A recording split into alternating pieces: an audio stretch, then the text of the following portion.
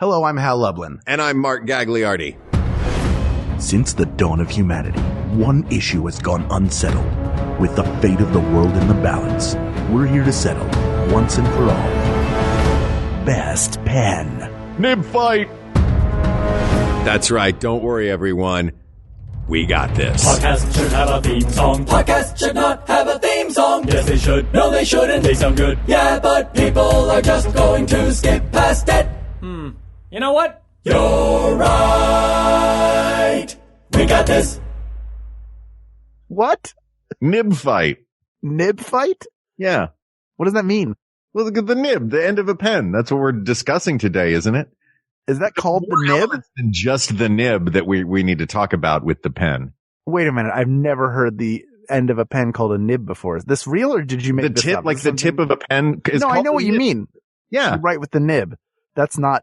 Did you make that up or where's that from? This is what happens when we don't have Kate McManus give us a research packet for the episode. Hal doesn't know the parts of a pen. You're making that up though. I'm not making. Why would I make up nib? Okay, just look. To see how I would react. Oh, if you were going to make up the name for the tip of a pen, what would you call it? The Inkerator. The Inkerator. It would be the Inkerator. Yeah. Isn't that good? No. The spout. Now the spout I'm down for. Durator. No. Just you don't have to add "ater" to the end of everything. If you want to make it sound like it's of the industrial age, that we're moving fast to technology. Or of the trapper keeper of a middle schooler who was coming up with cool inventions in 1987. Look, don't tell me I didn't come up with a Game Boy before Nintendo did. I called it the Gamerator, and it would have been huge. But somebody took my Notebookerator and threw it in the Trasherator, and now all those ideas are gone to time. Oh, I'm sorry, buddy. And all those great ideas that you had that, like, did you also have, what if cars could fly in there? Yeah. And then the second somebody invents a car that flies. You know what? I used to think as a kid that if you wrote down all of these things, then they were your idea. So like, Sure. Hey, video games that you can carry around. And I was like, this is going to make me millions of dollars because I'm just going to sue people when I grow up who actually invent these things. That's a living. You'll be a rainmaker. Turns out that is a real job, by the way. Did you know this? Being a rainmaker? No, being a patent idea poacher. There are people who just sit around, come up with ideas, do not figure out how to do them, and then just patent the idea and then sue whoever makes the thing. It was one of these NPR stories I heard years ago. There are warehouses of just empty rooms because they have to have a physical building address in order to be a corporation to sue people. Can you make money doing that? Yeah, that's the only reason they exist is there's a word for them. I think it's like patent poachers or something like that. Sure. Patent poacherators. I knew that was coming. Yeah. I invented that. I'm actually suing them for suing everybody else because I patented the idea of suing people for patents. You know what? Good call. Patents. Thank you. That was the one idea I kept. I have the cocktail napkin framed. I'm going to take this pill now. Please don't. Folks, it's been a couple weeks since we put out the episode with Travis, but in reality, we're recording this episode 3 days later. And Mark, you went and bought a pack of the Grow dinosaurs, and you're threatening to put one. They're not dinosaurs. Honest, these are they're sea creatures. Okay. Sea animal shapes. So it's just a little piece of styrofoam shaped like a sea animal that's been squeezed into a gelatin capsule. And I'm going to take this pill right now. I'm not going to swallow it. But some of them are styrofoam. Some of them are like a weird, like the same, like GAC. They're like a GAC consistency. Do you know which one you have? I think I have the foam expanding. It's a soft expanding foam. Does it say non-toxic? I described my stomach during the pandemic. Just soft expanding foam. Yeah. All right. I'm going to put this. So I have this little green capsule. Hold on. Before you do, does it say non-toxic anywhere on that packet? I mean, it says choking hazard. So I assume if it doesn't mention toxicity, then it's not toxic, right? All right. I'm going for it. Oh, good Lord. You just did it. Mm-hmm. Oh, what are you drinking? Is that like white wine? Do you have a White Claw? No, I have club soda with bitters. Okay, great. This is for the person who held the Doritos episode back for a year. You have a dinosaur growing in your mouth, or a sea creature. Sorry. Yeah, but I'm not chewing it. That's the difference. You're just going to let it grow. It's just like, I'm just going to let it sit in the side of my mouth while we talk. And then eventually I'm going to be like, ooh, and then a sea creature is going to pop out of my mouth. It's already happening, isn't it? It already sounds different. Well, you sound like Brando in The Godfather. That's the thing. That's the joke. That's what Marlon Brando did is, look, I never wanted this for you. Governor Corleone, Senator Corleone. Hang on a second. There's a seahorse coming out of my mouth right now. Can we call cut? Can we yell cut? There's a seahorse coming out of my mouth. Watching you poison yourself over Zoom is the horror movie that gets written and is not a great idea, but then gets made because somebody famous decides to be in it. Right. And because it's about Zoom and they're making it now. It's about Zoom. This is the Zoom horror of 2021. He decided to make a sea creature come out of his mouth after a podcast recording. But then it all went wrong. Just my gelatin here. Yes, 911. I'd like to report. Gelatin in my mouth. Yes, my friend put one of those sea creature. Well, they're normally the dinosaurs. He put one of the capsules in his mouth. Yeah, call us when it's a dinosaur one. Yeah, he voluntarily did it. I think it's white wine. Oh, he deserves it? Okay, we'll just keep recording. So we're here to talk about pens, Mark. We are. Let's talk about pens. This is suggested by the person who knows you better than you, which is Kristen Kelly. Kristen Kelly, who's been knocking it out of the park with the putt-putt course based on our episodes online. Are you stalking the Facebook group? No. This is on Twitter. Oh, it's on Twitter as well. Yeah. Oh, that's right. There's a Facebook group? Never mind. I don't want to get you all wrapped up in that. She wants to know the best type of pen. Yeah. What's your knee-jerk reaction when you think about pens? What do you reach for first in that pen cup? I like a pen with a little substance to it. I like to have to click it to activate. I don't like a cap. Ooh. So I guess that begs the question, are we building the perfect pen right now? Or are we talking simply about the differences between like a rollerball and a ballpoint? And yes. So we're doing the whole thing. I think we're doing sort of like when we did holiday lights, and it was, do they blink or are they solid? Yeah, you get a sea creature in your mouth now, you dope. What happened to you? The sea creature is coming to life. It's coming out. Yeah, drink more liquid. That'll help. Mm-hmm. It's starting to come. Oh, wait, by the way, is that Drano? It's not white wine. What? Just want to see what happens there. It's not. Why would I have an ice cube in white wine? Come on. I don't know. Well, like people don't do that. Some people do. I don't. Some people do. What is that? Ginger ale? No, I told you it's club soda with bitters in it. Oh, it's like club soda with bitters. Mm-hmm. What is it? Is it club soda with bitters? Look, it's getting harder to talk to. I can't wait for the Kraken to emerge and become our third co-host. That's not a real sea animal. Oh, stop it. All right. We have a lot of different types of pens. I think we should talk about, so when we were doing holiday lights, it was, should it blink or should it be stable light? Should it be multicolored? Should it be solid white? So I think we can approach it the same way. What is the best type of pen? And I think within that, so say the answer is ballpoint or rollerball. Well, rollerball I think is just two different things. Rollerball's just the one, is just the, like the clicky pens. Those aren't rollerball. No, you couldn't do a clicky. So yeah, there's different kinds of ink and different kinds of like the actual pen itself. Hold on. I got it. Ew. Let me see. What creature do I have? It's a shark. Ew. Oh, I got a mouth shark. Awesome. Okay, we can do the episode now. Can we? All right. So do you want the quick history? I did find some quick fun history. Sure. Is anything going to top what happened? Me making Ken is writing in our chat right now and he has all caps written, do all the pills. And I like to think that that's what has gotten so many of our great artists. It wasn't drug addiction. It was just, look, she ate a mouthful of those, sponge animal pills and her mouth got attacked by sea creatures. Yeah. Did Ken ever show you that picture of him with Jimi Hendrix? Yeah, he was the enabler back in the day for everyone. That's right. Giving him to Marilyn, giving him to Jimmy. So tell me about the history of pens. Go ahead. I'm going to go through this just because I think it is a fascinating story. Sure. Pens began in ancient Egypt, and back then they would just use a reed. What you need to make a pen is you need something hollow to put ink in, and a way to run that ink out the tip so that it flows in a writing form. Began in ancient Egypt with reeds. They would just cut reeds, and that was what they used for pens until 600 AD. In the year 600, so the 7th century through the 19th century, it was feathers, specifically swans, turkeys, and geese. Mm-hmm. Again, it is a hollow channel that would get filled with ink, and then the end would be carved with a pen knife, hence the name pen knife, and sharpened to a nib. Later on, nibs were actually invented to be placed on those. It's a made up word. That's made up. I'm sorry.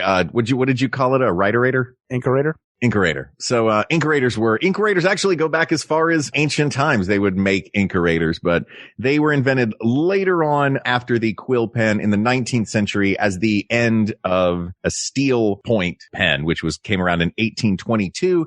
This was a pen that wasn't a feather, that had a metal nib that you still would dip in ink. And it wasn't until 1827, 5 years later, the fountain pen was invented, which made the pen portable, which the idea, where it drinks up the ink. The idea of a pen becoming portable feels like it was a huge moment.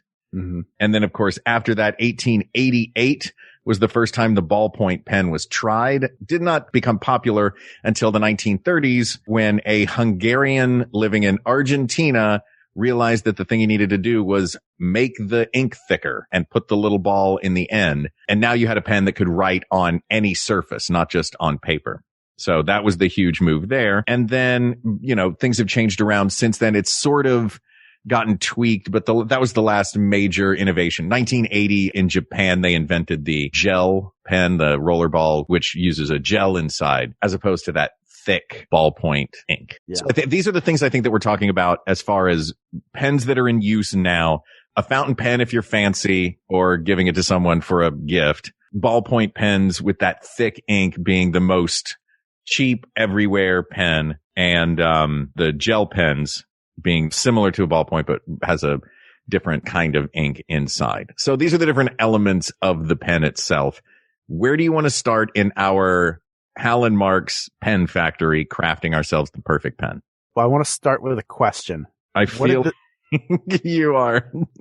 What did the sea creature taste like?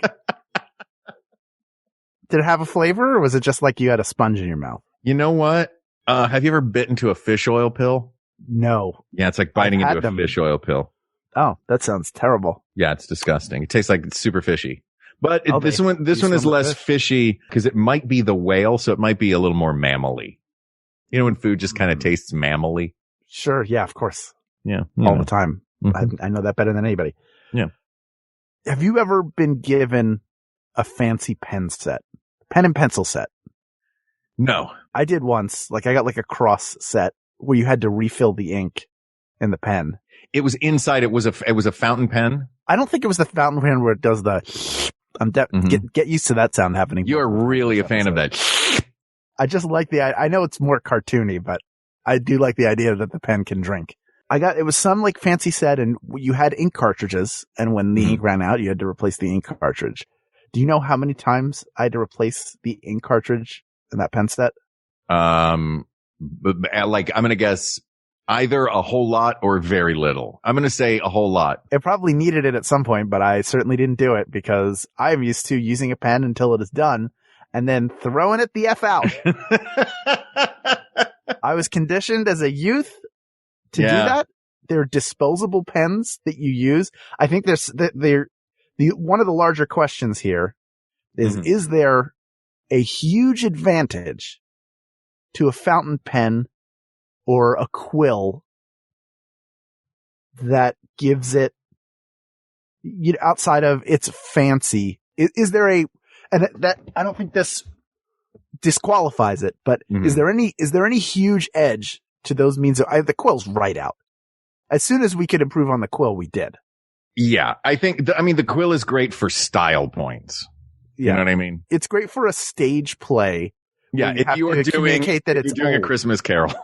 Yeah. Oh, this took place in a time before cars. You can tell because they're using feathers to write. Yeah. It's not like people who write with quills now, probably 98% of them live in Brooklyn and are just trying to quote unquote save a dying art form. Yeah. That being, I love that though. animals. Like I love that vintage tactile, you know, like it makes writing important. You know what I mean? Does it? Like, I think it does. I think like there was something really cool at the Smithsonian in DC. They have the desk that Thomas Jefferson wrote the Declaration of Independence on. Mm-hmm. It's a little lap desk, a little wooden lap desk.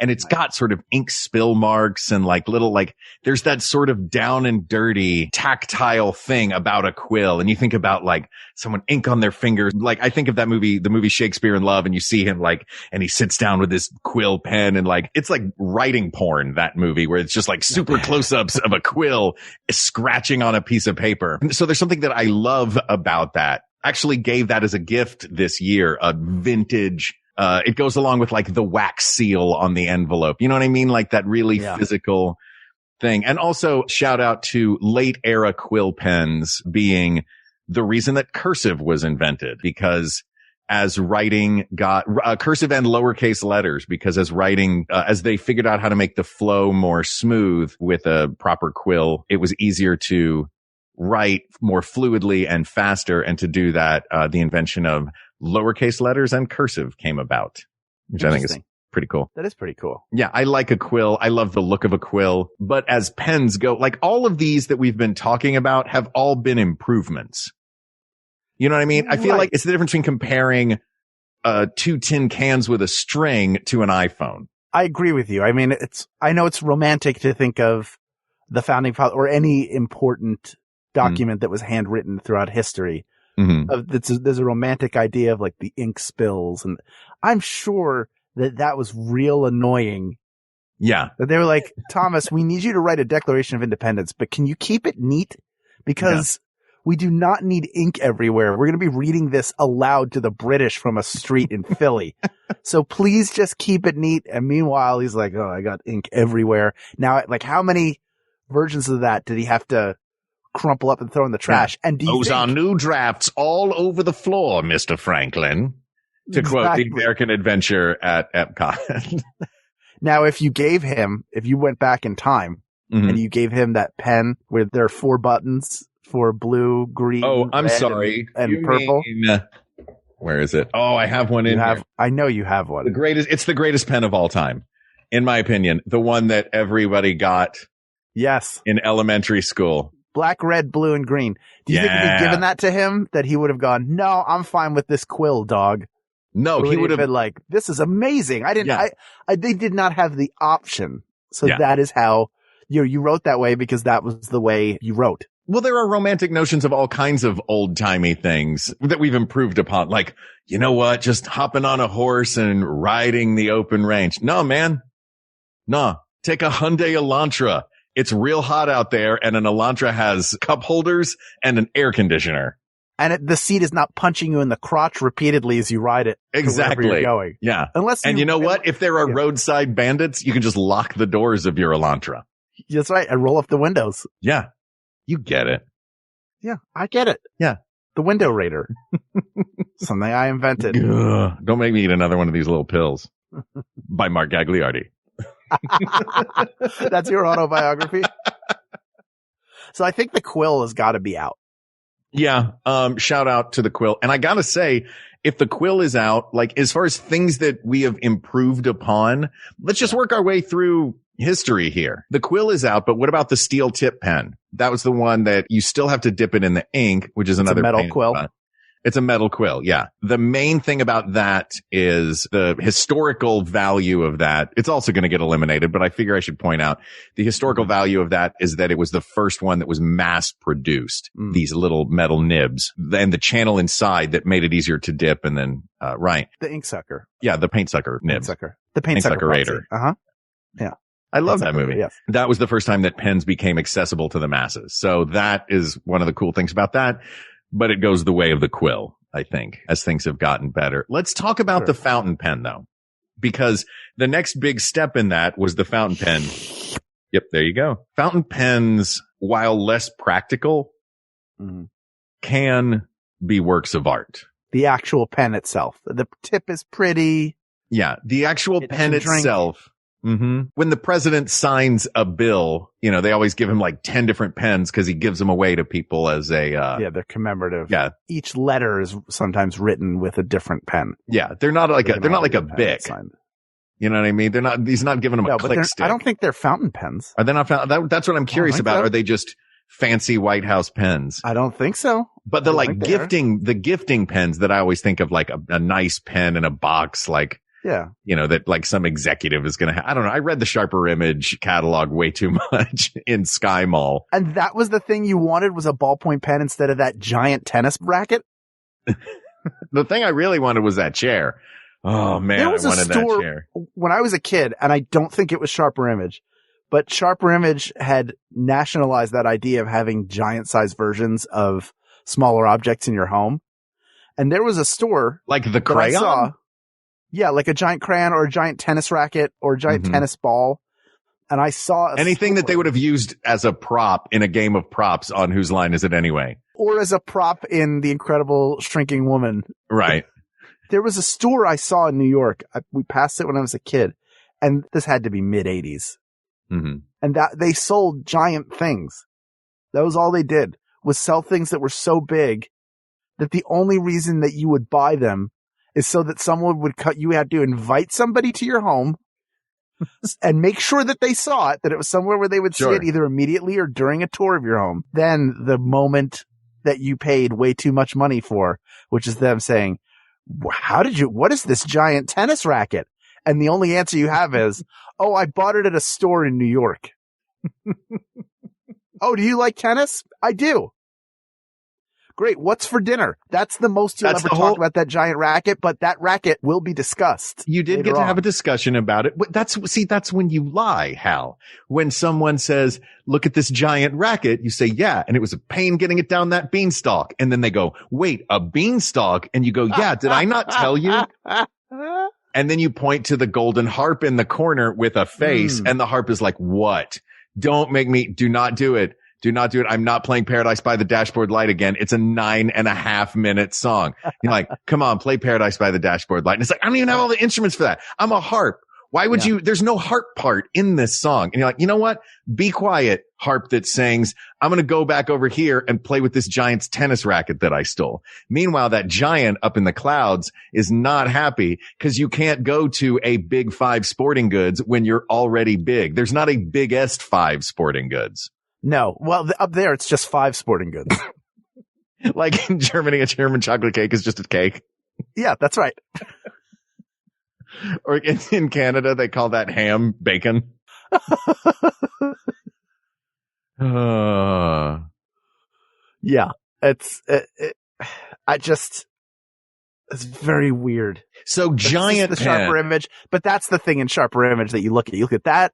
You look at the chair that you hope to get a chance to sit in when Sharper Image had stores and we were going in stores. And when that jerk kid is done with it, who's been sitting in there for like a whole walk around with a Cinnabon, and he's still sitting in that chair. You're not carrying any stress in your lower back. You're too young. You're 11. Get up, Tyler. Yeah, get up. It's my time. I'm having a difficult day, and this is the only thing I've looked forward to. I'm 13. Yeah. I'm a big boy now. I'm practically a man according to Judaism, and I need to sit down. These dogs are barking, and my lower back is singing like that harp at that guy's house I went to that one time that would not sing Paradise by the Dashboard Light, but for some reason was willing to sing Time in a Bottle when nobody asked. Yeah, no one requested Time in a Bottle. Big Croce fan. Yeah. I'm just picturing now a little Hal practicing his Hebrew at the Sharper Image store with like a printout in his hand, sitting down and and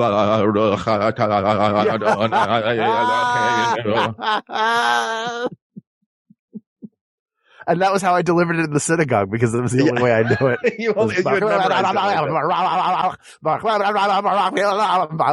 it.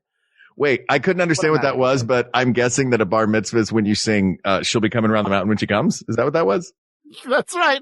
Yeah. You stand up in front of all the Jews. Becoming a woman when she comes. She'll become a woman Jewish when she comes.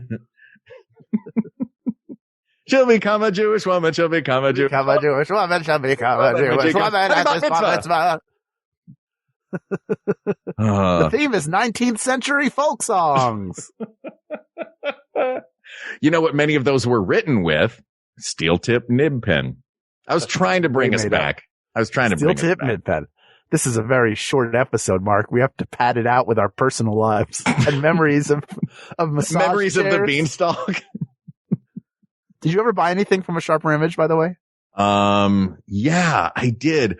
I always wanted to buy something in there, but I could never afford anything that was in there. Nothing. But I would get like whatever little weird I think I bought like a laser.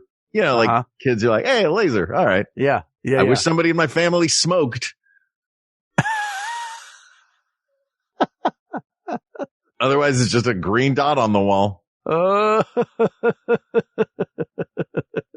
Let's talk about pens. That's why we're here. Sure. Kristen needs to know. So fountain pens. Fountain pens are we, let's weigh the value of a fountain pen, which is its fanciness. It's also the next step. So you got feather can hold a little bit. Whoa, of I thought you were just about to, in a really crass way, eliminate the feather pen from contention.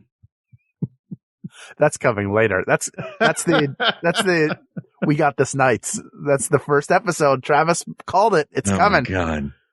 But that can suck a little bit of pen into the holding area. You can hold a little bit, but you have to dip it. Yeah. Then they've come with a steel version. It's a little bit better, mass produced, because not everybody has a giant bird that lives near them. Right. Then comes the fountain pen. Mm-hmm. And that's another step too, because this pen, you don't have to constantly dip it. You dip it in, it drinks up the ink, and you have some ink for a little while, then you have to do it again. But you still require ink.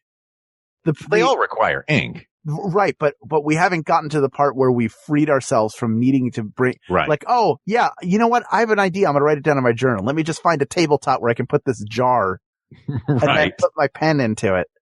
I have to be carrying ink, or I have to go, oh, this is really embarrassing. But before we sign this contract, do you have an ink jar? I don't have an inkwell with me. It just feels like you can buy all of these things on Amazon now. Yeah. They're widely available. Sure. Still. But it still feels very niche. And it feels like, to get that, why am I doing this again? Because you're going vintage. Because you live in Brooklyn and you needed a new quill. And I'm going to ride my penny farthing down to the bespoke general store. Just where everybody wears suspenders. Take the Elantra. There's bandits in Brooklyn. Oh, yeah, I'm sure you'd love that. That's what everybody else does. I'm different. I ride my unicycle and juggle my way to the store. Hey, I lived in Brooklyn. It wasn't all unicyclers. Some people have like really tricked out adult big wheels. That's not a thing, but man, I wish that was a thing. Okay, so I think what we've done now is we've eliminated the old ones, and what we are faced with now is the real nitty-gritty for best pen. Now we can talk about the way it feels, the different mechanics of this pen in your hands. Talking about the ones that are in wide use now, our choices pretty much for the ink itself are the ballpoint pen, which is the one invented in 1943 with the ball, the ubiquitous, most disposable pens seem to be the cheapest ones. Then you've got gel pens, which are a gel ink, which is thinner and does not dry as quickly as the ballpoint. And then you have the roller ball, which is a gel ink, but with a ball on the tip of the pen. And that one, the big difference there is it does not have, this is the one I think you're thinking about when you mention like scratching through the paper. That's the flat topped Pilot pen that's got the little window on the side and you can see the ink inside it. Yeah, I hate those. A roller ball does not use a thin chamber on the inside. It's just like a reservoir of the ink inside. So those are the three big ones: ballpoint, rollerball, and gel. I hate rollerball ones. I hate them. Why do you hate them so much? I don't like the ink is too wet. Mm-hmm. And the point is so sharp. It just feels like I feel like I've ruined more paper with that than I have with any other kind of pen. And I know it's supposed to be like, why are you writing so hard? You can write more gently. That's the thing. Are you writing angry letters? No. I'm writing my patents for all my invention orators. And do I get a little emotional about it? Yeah, but I'm passionate about my science. Sure, your science of stealing. I get it. Hey, when your dreams, science, my friend, when your dreams become someone else's science, that is who really invented it. You know what? Who really invented flight? The Wright brothers or the kid that drew a boy with wings on his papyrus in the year 2000 BC? That person. Yeah, exactly. He's got the cocktail napkin. He's got the proof. If he could travel through time, that's the thing. Like now it's a better time. This is when you make the good scratch because we're at a time when the inventions are happening quicker. So I can come up with an idea and then somebody else will do it in like 3 weeks. And then bedtime for Bonzo. You know what that means. You know what? Get in the time machine. You, Egyptian boy, come with me. Oh, nope. You just spilled ink all over that papyrus that you wrote. Never mind. Should have gotten a ballpoint. Ruined. Too bad. Also, I just sued the person who invented this time machine because I thought about time travel. The Timerator. It's called the Timerator. You know that thing you do where you do the handprints?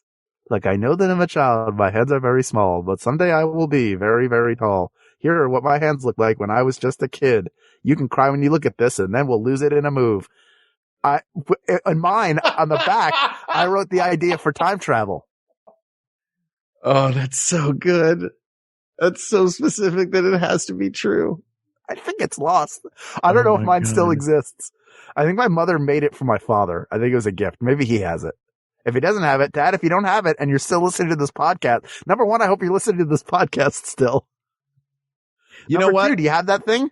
Why don't we take a break? You can call your pop, see if he's got the thing. And when we come back, now that we have narrowed it down, at least the 3 main types of ink, we're going to choose one of those. We're going to choose an exterior and we're going to craft the perfect pen. We'll be right back. Hey, thanks for coming. Thank you. Thanks. These are real podcast listeners, not actors. We took the identifying marks off this podcast. Just tell me your impressions. It's really sexy. My first thought is like Radiolab? Definitely something popular. Yeah, really popular. A hit show. But funny, too. Like, does Tina Fey have a podcast? Or the Marx Brothers? Yeah, is this podcast Radiolab, but hosted by the Marx Brothers? And sexy, like Sade. It reminds me of Sade. Exactly. And they're all riding in a BMW. Close, but not quite. Take a look behind these panels. Oh. And then watch this rocket blast off into space. Whoa. Ooh. And there's the pies we made you. Oh. Now, let's show you the podcast. Wow, it was Jordan Jesse Go. Jordan Jesse Go? Hold on. Whoa. Oh my goodness. That was 514 J.D. Power and Associates Podcasting Awards. That was really scary. But compelling. I guess I should definitely subscribe to Jordan Jesse Go. Yeah, I'd say so. Jordan Jesse Go, a real podcast. We are so thrilled at your interest in attending Hieronymus Wigginstaff's School for Heroism and Villainy. Wigginstaff's beautiful campus boasts state-of-the-art facilities and instructors with real-world experience. We are also proud to say that our alumni have gone on to be professional heroes and villains in the most renowned kingdoms in the world. But of course, you are not applying to the main school, are you? You're applying for our sidekick and henchperson annex. You will still benefit from the school's amazing campus, and you'll have a lifetime of steady employment. Of course, there's no guarantee how long that lifetime will be. Join the McElroys as they return to Dungeons & Dragons with The Adventure Zone Graduation, every other Thursday on Maximum Fun, or wherever podcasts are found. What'd your dad say? Oh, he didn't answer. Why are we down to 3? I thought we agreed that we both hate the rollerball. Did we agree that we both hate the rollerball? Look, I'm happy to take... I don't love the rollerball. We can take the rollerball out. I think it is a battle between a gel pen and a ballpoint pen. And that feels like the heart of this question, right? Is ballpoint pen or gel pen? What do you generally lean toward? I'm a ballpoint pen kind of person. Yeah. I'm a no frills, like, I don't mind a bunch of the blue, I think they're the blue Bic disposables, where it's the solid blue plastic. I don't even need it to be the clear kind with the sharper cap. You can only buy them in a 10-pack one? Yeah. Yes, exactly. But I think ballpoints, I like a ballpoint pen. I don't think I'm sure they will come up with a better one, and the gel pen is fine, but the ball pen is the pen of my youth. When I use a pen now, it is invariably going to be a ballpoint pen. So that is the one that is in my heart, but sell me on the gel pen if you feel differently. I'm interested. Well, I'm open. Here's the thing. I love a gel pen. I have a pen that I do believe is the perfect pen. And I do actually like go digging for, what is it going to come out of a capsule that you're going to shove in your mouth? No, I'm going to put it in a capsule in my mouth. No, this is a 0.7 millimeter black gel ink pen from Zebra. Oh, yeah. This is my favorite pen for me personally because I like a super skinny pen because it fits easier in my hand. I can stick it in a bag. Smooth action. I can fit it. If I have a spiral bound something, it's small enough that I can slide it into the spiral binding. But this pen, it writes, and this pen, along with most gel pens, I think, it writes beautifully. In fact, it leaves 3 times as much ink on the page as a ballpoint pen does, which is why a gel pen, it's usually the color is more rich and vibrant, and it's great for when you want your writing to be a thing. You know what I mean? Whether it's in a birthday card or a particular journal entry that you just like the way that, that super rich ink feels on a page. My problem with it is that I write I have way more mistakes with a gel pen because it flows so quickly and the gel is so easy to write with. My hand can write words so much faster and my brain cannot keep up. Right. So I wind up making mistakes in my writing a lot more when I use a gel pen. A ballpoint pen, there's a little bit more friction and it's not as pretty. I'll say this. Ballpoint pen ink does not look as pretty on a page. Ballpoint pen ink, by the way, is the reason it dries so much quicker is it is dye inside alcohol. So it's alcohol based with dye inside. That's what the ink's made of. Mm-hmm. Gel pen ink is dye inside a water based ink. Okay. I don't know what makes it gel. Maybe that it flows better. I don't know, but it's water based versus alcohol based. And it does, ballpoint pens get that sort of feel to them. Yes. It is a heavier action on a ballpoint pen. Yeah. There's an element to gel pen where you're so used to, it's like having a car that doesn't have a lot of power and you're used to pressing the pedal a certain amount. And then you get a rental car that has a lot more power and pressing it the same amount makes the car go a lot faster. So you have to adjust to the control, but it also speaks to how accustomed you become to that ballpoint pen. That is the standard by which we write. So the gel pen, which feels relatively newer, maybe is 1980, is more recently ubiquitous. Because we didn't get, gel pens have been around for the majority of both of our lives, but I didn't have gel pens as a kid or even all the way through high school. No, so, what they do is they mimic the look on the page of a fountain pen because they have that darker flow of ink. So it's the convenience of carrying around a ballpoint pen with the style and look of a fountain pen. Right. So there's just an element of control. It doesn't mean that gel pens aren't necessarily better. I'm not saying because we're used to one that makes it better than the other. But it is an interesting thing, and it's something I hadn't thought of. But yeah, when I write with a gel pen, I'm like, this feels too fast. Yeah. I'm used to a very specific thing. But it looks so much prettier. My handwriting is chicken scratch at this point. Yeah.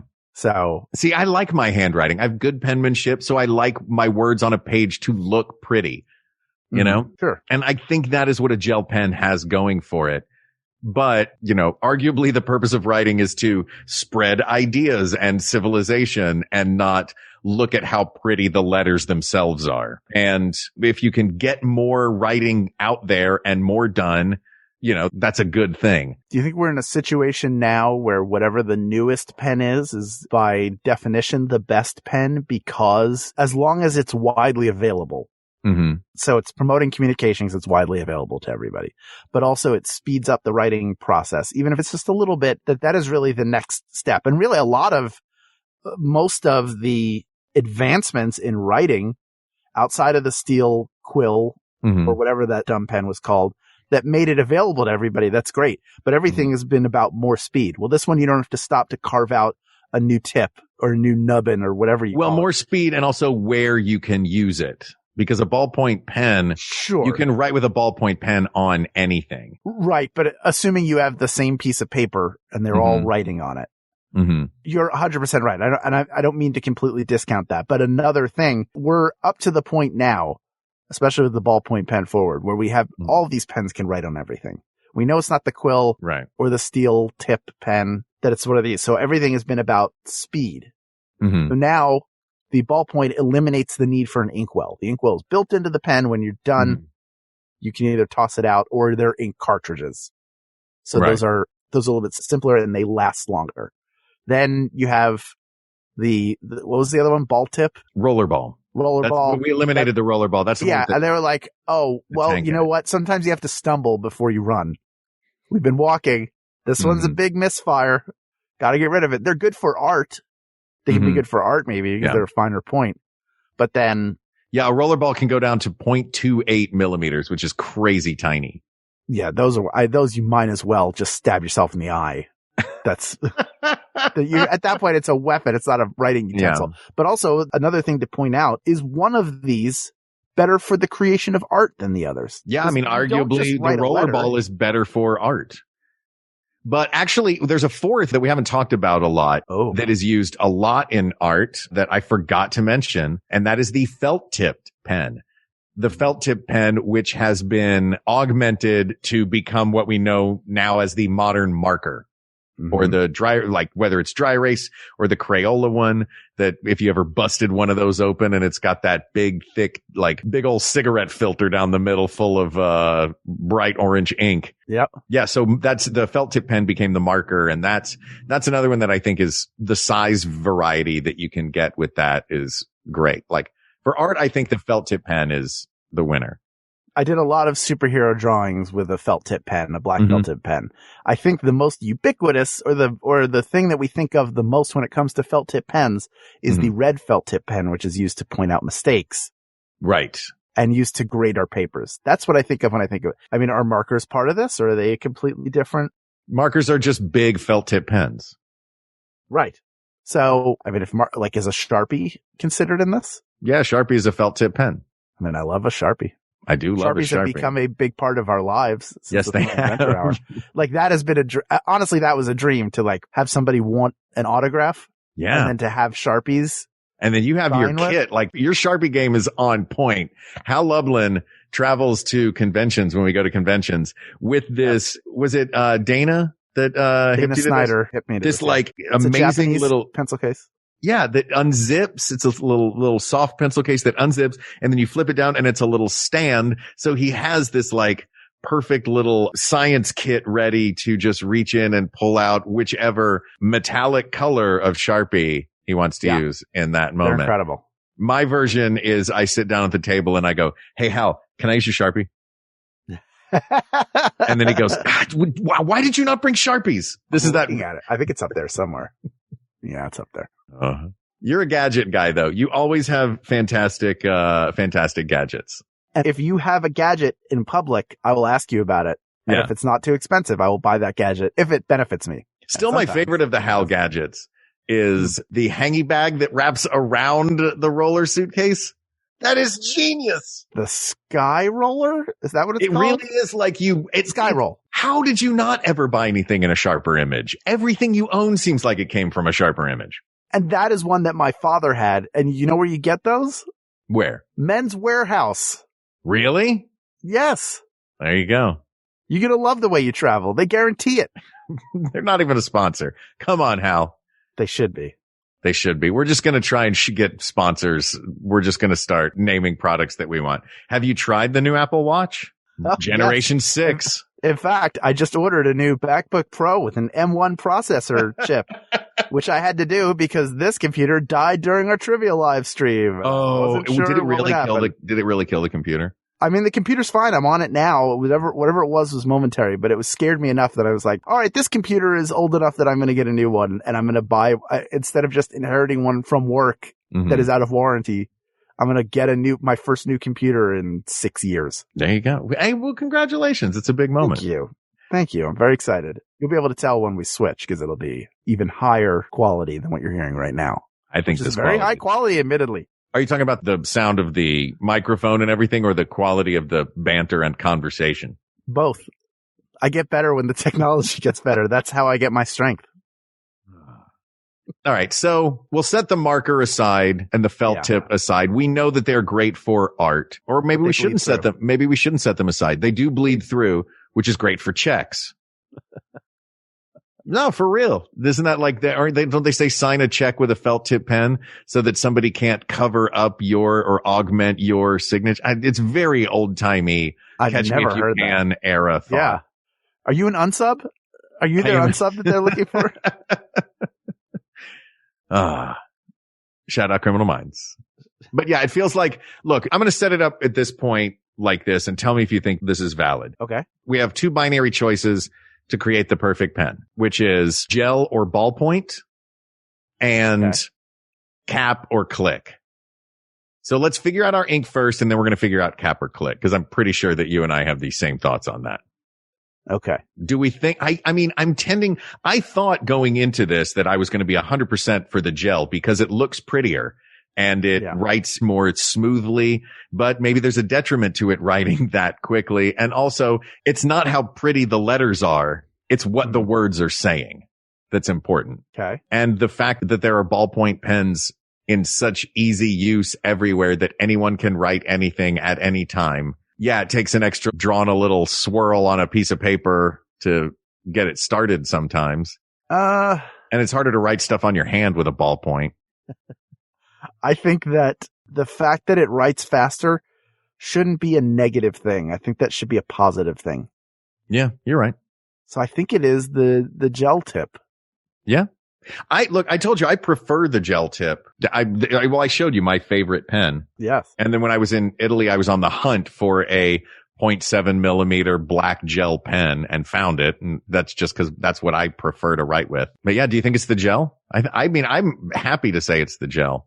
I do think it's the gel. I was giving the ballpoint props for ubiquity and history. It had a great run. But I do think the gel is an improvement. I do too. All right. So this one feels easy. Cap or click? If you can't take your pen apart and then play with all the individual parts and then put it back together in a situation where maybe you aren't being intellectually stimulated as much as you'd like to, then you've made a mistake in your life. How many little springs did you launch across a classroom? Oh, by mistake? Too many. If one is too many, then already we're at too many. It's the click pen, man. Yeah. 100% it's the click pen. So it's a gel click pen. It's a built-in fidget gadget. We are going to create a binding contract for this episode. Okay. That you all are required to sign. Great. And even if you don't sign it, you must abide by the decision, because that is the implicit agreement that you are brought into every time that you listen to an episode of We Got This. But if you sign, you must sign using a mechanical gel pen, because it's the best. That's the best pen there is. Wait a minute. Oh, wait. Hold on a second. I know you're just about, but what if she wasn't asking what's the best type of pen? It was just what's the best pen. And in that case, well, no, is it the half blue, half white? In parens, it said fountain pen, ballpoint. So we were doing it properly. Did you just call them parens? Fun pen, but it's what? Did you just call them parens? In parens. Is that a real phrase, or did you just shorten parentheses because you're cool? In parens. Oh, I'm part of the cast of Frasier now. I hadn't told you. Ooh, delightful. I have to go through a bunch of wrong doors and just narrowly miss people. I'll be right back. That is a fun pen. That 4-color pen is fun, but you don't really use all the colors on it, and it gets jammed up really easily, and the ink goes out really quickly. That's fair. So it's fun in the way that a stuffed animal from the fair is fun. Of like, oh, this is a great memory of that time I was at the fair, and already the styrofoam beads are pouring out of that hole in its neck. So I guess I'll see you later, Stewie from Family Guy. We had a good run. Sure glad I won that ring toss. Yeah. By the way, asked and answered. I snuck it in there. I had nothing more to say. Nice. I had nothing more to say. Clicky gel pen. Get that clicky gel pen out. If you have something else to say, write it down. This topic is closed, but there are many more topics to discuss. So please reach out to us on Twitter or email us at wegotThisPodcast@gmail.com. Or hey, join our Facebook group. That's at facebook.com/groups/We Got This Podcast. Thank you to producer Ken Bloom, researcher Kate McManus, graphic designer Uri Kelman, and QA engineer Jen Alba. And of course, thanks to our musicians, Jonathan Dinerstein and Mike Furman, for our score and theme song, respectively. And thanks to you, the people of the world, for giving us a chance to sit down and talk about something as seemingly boring as a pen, where we can learn all kinds of fascinating things from history and maybe even climb a beanstalk or two. Thank you. Thank you. Thank you. For Hal Lublin, I'm Mark Gagliardi. And for Mark Gagliardi, I'm Hal Lublin. Don't worry, everybody. We got this. We got this. I'm gonna sit right down and write myself a letter. Oh, now he's doing drops. And make believe it came from you. I'm gonna write words so sweet. They're gonna knock me off of my feet. A lot of kisses on the bottom. I'll be glad I got. Is this part of the episode? MaximumFun.org. Comedy and culture. Artist owned. Audience supported.